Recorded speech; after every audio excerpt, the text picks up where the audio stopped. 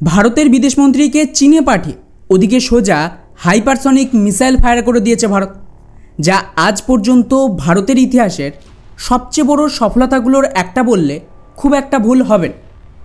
কেননা এখনও পর্যন্ত গোটা বিশ্বে একমাত্র রাশিয়া ছাড়া আর কোনো দেশ, এমনকি আমেরিকা পর্যন্ত এই কাজ করতে পারেনি, যা আজ ভারত করে দেখিয়েছে। অর্থাৎ সরাসরি এটা চীনের জন্য একটা মেসেজ ছিল যে আমাদের নেক্সট হামলা এতটা মারাত্মক হবে যার কল্পনা কেউ করতে পারেন। কিভাবে? এই মুহূর্তে আমাদের বিদেশমন্ত্রী 5 বছর পর চীনে পৌঁছে গেছে এসসিওর মিটিংয়ের জন্য, যেখানে না কেবল চীনের সাথে বেশ কিছু চুক্তি হবে, বরং এখানে ভারত এক ঢিলে 2 পাখি মারে। প্রথমত চীনকে টাইট দেওয়ার সাথে পাকিস্তানের ব্যান্ড বাজানোর স্ক্রিপ্ট লেখা হচ্ছে, আর দ্বিতীয়ত আমেরিকা সহ পশ্চিমা দেশগুলোকেও চরম শিক্ষা দেবে ভারত আর চীন মিলিতভাবে। এটা নিয়ে আমি আমার নেক্সট ভিডিওতে কথা বলব। এখনকার মতন মেন ধামাকা চীন আর পাকিস্তান, যেখানে আমাদের বিদেশমন্ত্রী চীনে দাঁড়িয়ে সাফ জানিয়ে দিয়েছে এসসিও অর্গানাইজেশনে বা এর কোনো মেম্বার দেশ যদি আতঙ্কবাদকে সাপোর্ট দেওয়ার চেষ্টা করে ভারত তা মানবে না এবং এর ফল ওই দেশকে ভুগতেই হবে। যার আন্ডারে আমাদের বিদেশমন্ত্রী এই মিটিংয়ে স্পষ্ট ডিমান্ডও রেখেছে যে আতঙ্কবাদের ওপর এই অর্গানাইজেশনে কোনো রকম কম্প্রোমাইজ চলবে না। অর্থাৎ যেভাবে আমাদের ডিফেন্স মিনিস্টার গত এসসিওর মিটিং পুরোপুরি ভেস্তে দিয়েছিল ডিক্লারেশনে সাইন না করে, সেমভাবে বিদেশমন্ত্রী এখন চীনকে একটা বার্তা দিল যে আমরা না চাইলে ব্রিক্স বা এসসিও কোনোটায় চলতে পারবেন এবং চীনকে পাকিস্তানের বিরুদ্ধে গিয়ে আতঙ্কবাদের বিপক্ষে রুখে দাঁড়াতেই হবে। এটা ছিল একটা স্ট্রাইক। ওদিকে যখন চীনের ভেতরে এই সমস্ত চলছে, তার মাঝে অল অফ সাডেন কাউকে কিছু না জানিয়ে ভারত প্রথমবার নিজেদের হাইপারসনিক ক্রুজ মিসাইলের সফল টেস্ট করে ফেলেছে।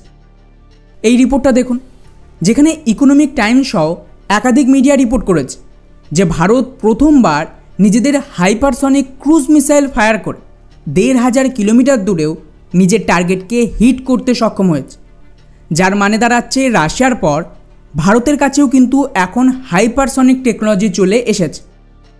এখন ডেফিনেটলি এটা শুনে অনেকেই পাল্টা প্রশ্ন করবে, এটা কি করে সম্ভব?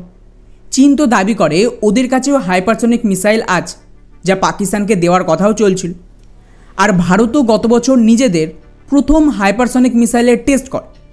তাহলে এই নতুন হাইপারসনিক মিসাইল টেস্ট প্রথম ভারতীয় হাইপারসনিক মিসাইল কিভাবে হচ্ছে? আর ভারত যদি দ্বিতীয় দেশ হয় তাহলে ভারতের আগে চায়না কিভাবে হাইপারসনিক মিসাইল বানায়? এর জন্য আপনাদের একটু হাইপারসনিক মিসাইলের অ্যাকচুয়াল কনসেপ্টকে বুঝতে হয়। নর্মালি এখানে 3 ধরনের মিসাইল হয় হাইপারসনিক ক্যাটাগরিতে: hypersonic ballistic missile, hypersonic glide vehicle আর হাইপারসনিক ক্রুজ মিসাইল। এখন এই যে হাইপারসনিক ব্যালিস্টিক মিসাইল, এটা সমস্ত বড় দেশের কাছে আছে, যেমন আমাদের অগ্নি 5 বা চীনের ডংফেং মিসাইল। এগুলো কিন্তু শেষ ধাপে হাইপারসনিক গতিতেই উঠতে পারে, কিন্তু এটা প্রপার হাইপারসনিক ক্যাটাগরিতে আসে না, কারণ এটা শুরু থেকেই হাইপারসনিক স্পিডকে মেনটেন রাখতে পারে না। এটা ক্রুজ মিসাইলের মতন এত বেশি ম্যানুভারও করতে পারে না, তাই একে ঠেকানো সম্ভব। দ্বিতীয় হলো হাইপারসনিক গ্লাইড ভেহিকেল। এখানে ব্যালিস্টিক মিসাইলের বুস্টারের ওপরেই এই ধরনের একটা ভেহিকেল যুক্ত করা থাকে, যার নাম গ্লাইড ভেহিকেল।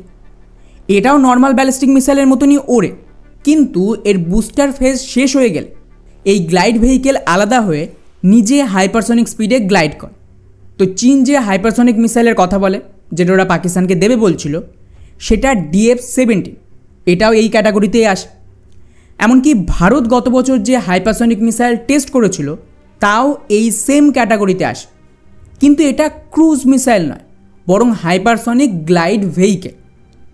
এবং তারপর ফাইনালি তৃতীয় মিসাইল রয়েছে হাইপারসনিক ক্রুজ মিসাইল, যেখানে কিন্তু স্ক্র্যামজেট ইঞ্জিন থাকে।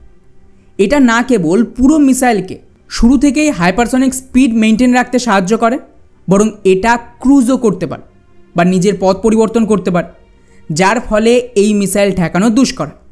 এটাই কিন্তু অ্যাকচুয়াল হাইপারসনিক মিসাইল, যা কেবলমাত্র রাশিয়া তৈরি করে নিজেদের সেনাতে সামিল করতে পেরেছে, এবং এর নাম জিরকন। তো ভারত 2 দিন আগে যে টেস্ট করেছে তাতে বলা হচ্ছে যে খুব সম্ভবত এই ক্রুজ মিসাইলের টেস্ট করেছে। যদিও ভারত সরকার অফিশিয়ালি এটা মানেনি, না কোনো প্রেস রিলিজ জারি করেছে। কিন্তু আজ থেকে 3 মাস আগেই সরকারিভাবে একটা প্রেস রিলিজ আসে, যেখানেই হাইপারসনিক ক্রুজ মিসাইলের সবচেয়ে গুরুত্বপূর্ণ অংশ এর স্ক্র্যামজেট ইঞ্জিন, যা মূলত মিসাইলকে হাইপারসনিক স্পিড ধরে রাখতে সাহায্য করবে, তার মোটামুটি 1000 সেকেন্ডের সফল টেস্ট হয়েছিল, যেটা 2020 সালে কেবলমাত্র 20 সেকেন্ড পর্যন্ত ছিল। অর্থাৎ 2020 সালে এই ইঞ্জিন 20 সেকেন্ড পর্যন্ত চলতে সক্ষম ছিল, কিন্তু এবারের যে টেস্ট হয়েছে সেখানে এই ইঞ্জিন একটানা 1000 সেকেন্ড পর্যন্ত টেস্ট হয়েছে।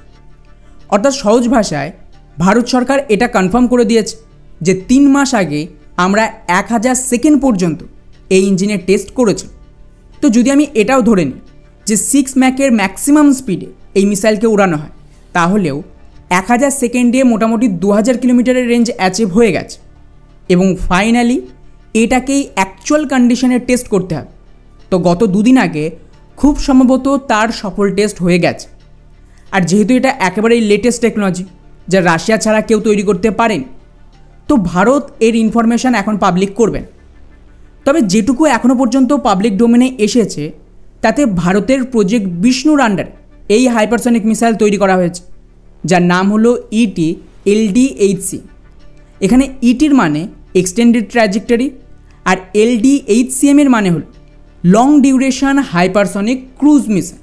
শব্দটার ওপর খেয়াল করবেন, ক্রুজ মিসাইল, অর্থাৎ এটা অ্যাকচুয়াল হাইপারসনিক ক্রুজ মিসাইল ছিল, যা জিরকন মিসাইল ক্যাটাগরির। তো আপাতত প্রথম টেস্ট তো হলো, এবারের রেজাল্টের ওপর ভিত্তি করে এতে আরও কিছু ইমপ্রুভমেন্ট করে নেক্সট 2-4টে টেস্ট হয়ে গেলে তারপর মেবি ভারত সরকার অফিসিয়ালি এটা অ্যাকসেপ্ট করবে। আবার এমনও হতে পারে যে এটাকে সিক্রেট রাখা হয়। কিন্তু ইন্টারেস্টিং বিষয় হলো যে এই টেস্টের টাইমিং খুব গুরুত্বপূর্ণ। যে মুহূর্তে আমাদের বিদেশমন্ত্রী চীনে নেমেছে তখন এর টেস্ট করা হয়েছে, যাতে চীনকে একটা মেসেজ দেওয়া যায়, যেটা বেসিক্যালি চীন আগে করত বাকি দেশের বিরুদ্ধে। এবং সেম টাইমে আবার ভারতের ভেতর তিব্বত ইস্যুকেও গরম করা হয়েছে। তারপর হাইপারসনিক মিসাইলের টেস্ট এবং সোজা চীনে গিয়ে বিদেশমন্ত্রীর ধামাকা, মানে ফুল প্রুফ প্ল্যানিংয়ের সাথেই বিদেশমন্ত্রীর ময়দানে নেমেছে।